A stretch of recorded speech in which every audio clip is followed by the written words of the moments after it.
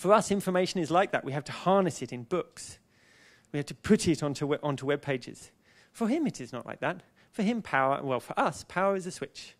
I want this to turn off. I don't know how it works. I press off. It stops. That's how power works. I want light.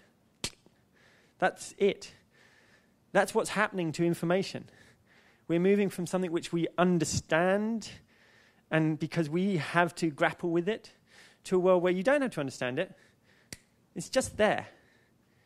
Information is incredibly fluid, and it is incredibly accessible. And whilst that is kind of scary, they will consider information to be the equivalent of turning on a light switch. And this gave me a total kind of gut-wrenching fear.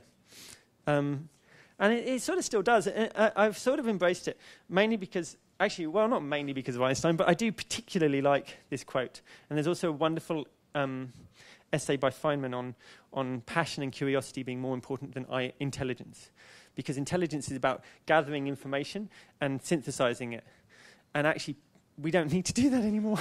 So those skills are obsolete. That's great. Instead, what you need to do is be able to access that information.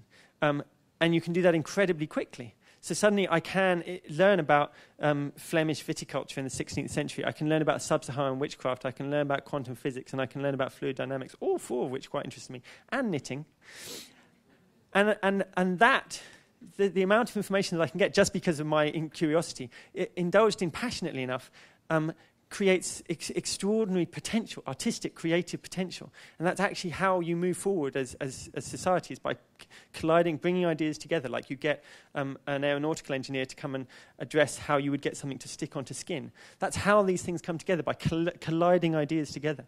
It's incredibly, it's an incredible potential. The return on collision investment. I don't know whether this phrase will ever catch on, but I've heard it a couple of times. The idea of return on collision, it works at a people level, especially within arts organizations, actually, where you allow people who do not work together to talk. It's the smoker's corner. That was a very effective return on collision, because people who did not work together talked. And now we actually kind of silo because no one smokes anymore, except quite late at night on nights like last night, where it turns out everyone smokes. And you talk.